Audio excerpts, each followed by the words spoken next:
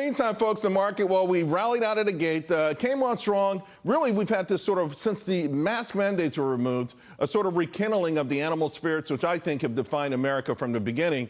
I want to get to read, though, from our three musketeers, my swashbuckling investment pros who all sort of became less swashbuckling, all retreated to the safety and comfort of quality, which, by the way, has been a smart move. I want to know when it's going to be time to get more aggressive. Bringing in out there, folks, about how fearful things are. The VIX, it actually has continued to drift lower. Rob, I want to bring you into this conversation now. You also have been cautious. The internals, as I pointed out, though, are improving, and yet it's the VIX index that doesn't really speak, of horrors down the road. What do you make of it?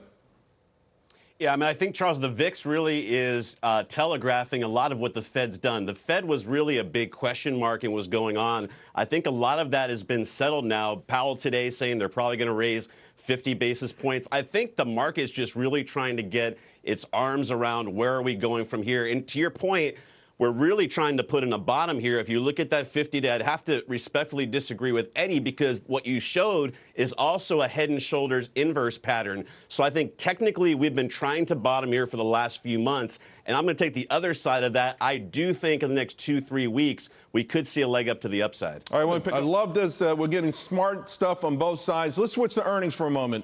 I think we've been pretty impressive. We saw the airlines leading the way early this morning, mostly on guidance, right? They see more demand. They see business demand. Rob, you've talked about this. Do you like their airlines here? Yeah, the airlines, to me, Charles, are always a trade. If you're trading the technicals, you're going to do well with those. But it's a super competitive, capital-intensive business. That's not a long-term investment for us. So, I'm staying away from the airlines right here. Kenny, what's caught your eye? So speaking of earnings, we can't go without this segment without bringing up Tesla and Musk, right? Just real quick, I'll go down the line. Your thoughts on this whole saga that's going on. Rob, I'll start with you. Yeah, Musk is a winner. You got to get behind him. This last pullback's the first time we entered the position.